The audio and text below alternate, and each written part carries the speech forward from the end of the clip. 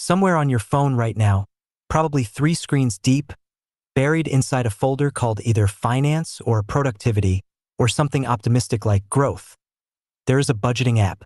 You downloaded it on a specific day. You probably remember the feeling.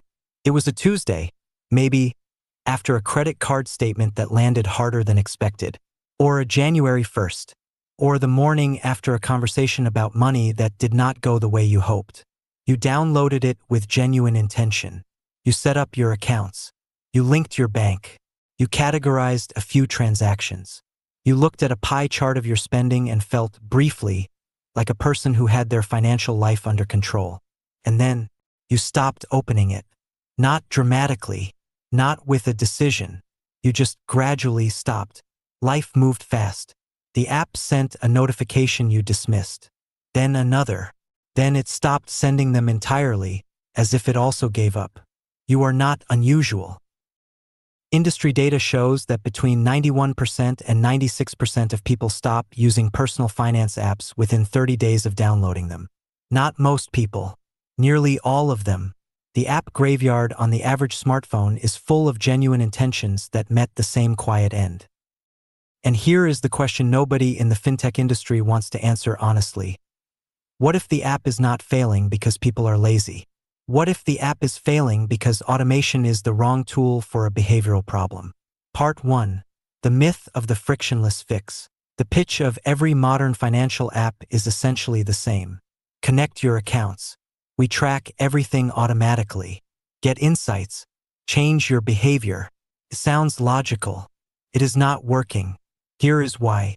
When you tap your phone to pay for something, contactless, instant, completely frictionless, a specific and important thing does not happen in your brain. There is no pain. Behavioral economists have a name for this: the pain of paying. It is the mild but measurable psychological discomfort that accompanies a financial transaction. It is most acute when you hand over physical cash. You can feel the loss, literally, as the notes leave your hand. It is present but reduced when you swipe a card. And it is almost entirely absent in a contactless digital payment. One tap, green light, walk away. Your brain barely registered a transaction occurred. And here is what this means for your budgeting app. If the purchase didn't hurt going out, the pie chart showing where it went 3 weeks later is not going to change anything. A report is not a behavior modifier. A graph of your past spending, however colorful and well-designed, does not reach back in time and engage the neural circuitry that should have flagged the decision when it was being made. Reports don't change behavior. Friction does. The entire premise of automated finance apps is that removing friction from tracking will improve your financial decisions. But the research on spending psychology suggests the opposite, that friction is not the enemy of good financial behavior. Friction is the mechanism of it. And the clearest proof of this principle is 122 years old, written in a notebook, and comes from Japan. Part 2. The Moto Hani story. In 1904, a woman named Moto Hani was working as Japan's first female journalist. She was observant in the way that journalists are, attentive to patterns, skeptical of assumptions, interested in the gap between what people said they did and what they actually did. And what she noticed, watching the households around her, was a specific and consistent problem. People did not know where their money went. Not because they were irresponsible, not because they did not care, but because memory is fuzzy. The human brain is not a ledger. It is a narrative machine. It fills gaps, rounds numbers, and quietly omits the inconvenient. Ask someone what they spent last Tuesday and they will give you a story, not a record. Moto Hani's insight was not to restrict people. It was to make them pay attention. She developed what she called the Kakebo, a compound of 2 Japanese words: cake, meaning household, and bo, meaning ledger, a household account book. But unlike a pure accounting system, the Kakebo was designed with a specific psychological architecture. It was not just about recording the past. It was about engaging the present, creating a moment of deliberate consciousness between the impulse to spend and the act of spending. It spread through Japanese households across the 20th century. It became a cultural institution, And in the last decade, as the failure rate of digital financial tools became impossible to ignore, it has been rediscovered globally as something the fintech industry inadvertently proved by contrast. The analog solution was solving a neurological problem that the digital solution never understood it had. Part 3. The neuroscience of the notebook. Let's go to the science. Because this is not nostalgia. This is neurology. In 2024, researchers using high-density EEG technology, which measures electrical activity across the brain with significantly more precision than earlier methods, compared the neural activity produced by handwriting against the activity produced by typing. The finding was unambiguous. Handwriting produces substantially more complex neural connectivity than typing. When you write by hand, you engage motor systems, sensory feedback loops, spatial reasoning, and language processing simultaneously. The brain is not passively recording, it is constructing. The physical act of forming a letter by hand is neurologically richer than pressing a key. And this matters for financial behavior because of a related phenomenon called the generation effect. The generation effect is a well-documented finding in cognitive psychology. We remember and internalize information we generate ourselves significantly better than information we passively receive. When your budgeting app automatically categorizes a transaction and presents it to you as a completed entry in a report, you receive that information passively. Your brain gave it roughly the same attention it gives a banner notification. When you sit down tonight, pick up a pen, and write coffee, $6.50 in a notebook, you generated that entry. You made it physically real. Your brain encoded it differently, processed it more deeply, and is measurably more likely to factor it into future decisions. We change what we record, not what we report. This is the neurological argument for the Kakebo that no app can replicate by design. The friction of writing is not an inconvenience to be engineered away. It is the mechanism by which the information becomes behaviorally useful. The notebook is not low-tech. The notebook is the right tech. Part 4. The Ma philosophy. Before we walk through the system, I want to introduce one concept that sits at the philosophical core of the Kakebo and explains why it works where willpower-based systems fail. In Japanese aesthetics, there is a concept called ma, written with a character that translates roughly as gap, space, or pause. It is the deliberate emptiness between notes in music that gives the notes meaning. The space in a room that makes the furniture matter. The silence in a conversation that allows understanding to arrive. The Kakebo builds Ma into your spending decisions. The system includes what practitioners call the 24-hour rule, a mandatory pause before any non-essential purchase. You do not decide in the store. You do not decide at the checkout screen. You write the desire down, you wait, and you revisit it the following day. But here is the critical reframe that separates this from ordinary willpower-based budgeting. A budget feels like a diet. Tells you what you cannot have. Creates resistance. It generates resentment. And like a diet, it eventually breaks. The 24-hour Ma feels like agency. You are not being denied anything. You are choosing to give your rational mind a vote before your impulse spends money that your future self will wish it hadn't. Agency over restriction. Choosing to wait feels like being in control. Being told you cannot spend feels like being controlled. Same outcome. Completely different neurological experience. Part 5. The system walkthrough. The Kakebo is 4 components. Simple enough to start tonight.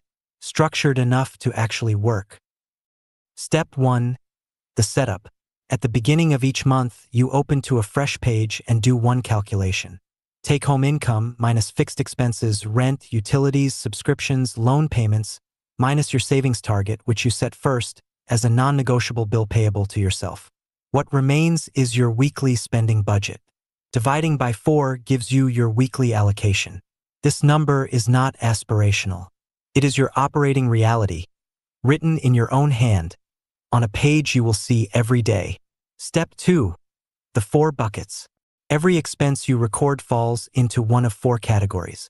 Needs, food, transportation, healthcare, the non-negotiables. Wants, dining out, entertainment, clothing beyond necessity, the optional pleasures of your life. unexpected, car repairs, medical bills, the category most budgets forget and then blow apart when reality arrives. And the category that distinguishes the Kakebo from every other budgeting system: culture and education. Books, courses, museum memberships, concert tickets, language lessons. The Kakebo gives personal growth its own dedicated funding category, not as a luxury to be cut first, but as an intentional investment in the person you are becoming. It reframes self-development from a guilty spend to a planned one. Step 3. The daily friction. Every evening, 3 minutes, you write down every purchase from the day. Not a phone notification, not an automatic sync. You, pen, paper, every number. This is the non-negotiable engine of the system. This is where the generation effect activates. This is where the pain of paying, absent at the point of purchase, arrives, delayed but present, in the quiet of the evening when you write a number you would rather not see. And that slight discomfort, that is not a design flaw. That is the feature. Step 4. The end-of month reflection. For questions, written in the notebook, answered honestly. 1. How much did I plan to save this month and how much did I actually save? 2. What was my biggest unexpected expense, and how do I prepare for it next month? 3. Where did I spend in ways that did not reflect what I actually value? 4. What is the one thing I will do differently next month? Notice what these questions do not ask. They do not ask where you failed. They do not assign blame or generate shame. They are designed to produce forward-facing insight, not backward-facing guilt. And the answer that surprises most new Kakebo users? It is almost never the big purchases. It is the invisible spending, the $12 charge that happens 6 times. The free trial from 2022 still collecting quietly every month. The daily convenience purchase that never felt like a decision because it never required one. The notebook makes it visible. Memory is fuzzy. The books are accurate. The books are accurate. The notebook as a tool for seeing clearly. We live in a world specifically engineered to make spending invisible. One tap, biometric authentication, saved card details, subscribe and forget. The entire architecture of modern commerce is designed to reduce the distance between wanting something and having it to as close to zero as possible. And it works extraordinarily well, which is why the antidote is not another app. It is not a smarter algorithm or a better dashboard or a more colorful pie chart. The antidote is a notebook, pen, 3 minutes tonight, because here is what the Kakebo gives you that no fintech product can. It gives you the pain of paying, delivered at a moment when you can actually use it, before the next decision, not after the last one. It gives you the generation effect, the neurological advantage of information you created with your own hand, encoded in a way that passive reception never achieves. It gives you the deliberate space between impulse and action where your rational mind finally gets a vote. And quietly, gradually, it gives you back something that financial stress takes away. Remember the 2013 science study, the one that measured a 13-point cognitive deficit caused by financial scarcity consuming mental bandwidth? The Kakebo addresses this not by increasing income but by increasing awareness. When you know where the money is going, when the books are accurate even when memory is fuzzy, the background anxiety of financial uncertainty begins to lift. The cognitive bandwidth returns. The 13 points come back online. A budget app promised you convenience. The Kakebo offers you something more valuable: clarity. So here is what I want you to do tonight. Not next week. Tonight. Find any lined notebook. It does not need to be special. It does not need to be imported from Japan. Open to the first page. Write your take-home income at the top. Subtract your fixed expenses. Subtract what you want to save first as a bill. Whatever remains is your number. Then tomorrow, when you want to buy something that is not essential, write it down. Wait 24 hours. Give your rational mind the vote it has been denied every time you tapped your phone and walked away before your brain registered a transaction occurred. The app on your phone has a 91% failure rate. The notebook has been working since 1904. Friction is the feature. The notebook is the tool. And clarity, finally, is the point. Next week, we go deeper. The exact Kakebo page layout that takes 4 minutes to set up and the specific reflection questions that surface the invisible spending most people never see until it's too late. Subscribe so you don't miss it. And drop a comment below. What is the one spending habit you suspect your budget app has been quietly missing? Let's find out together.